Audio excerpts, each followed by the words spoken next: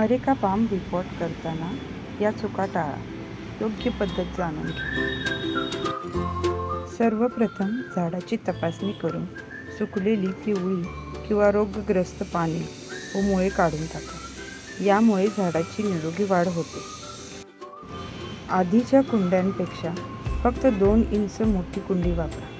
खूप मोठ्या कुंड्यात जास्त पाणी आणि माती राहते. त्यामुळे पाणी जास्त काळ साचते आणि मुळे कुजण्याचा धोका वाढतो. ड्रेनेज होलवर छिद्रयुक्त तुकडा ठेवा. त्यामुळे जास्तीचे पाणी सहज बाहेर जाते, पण माती वाहून जात नाही.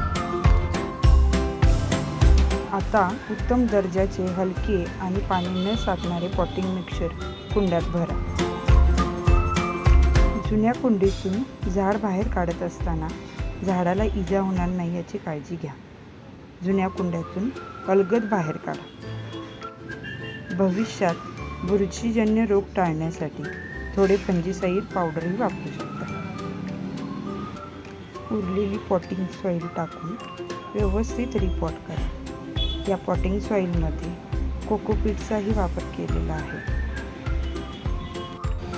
पॉटिंग झाल्यानंतर दोन्ही हातांनी माती नीट दाबून घ्या.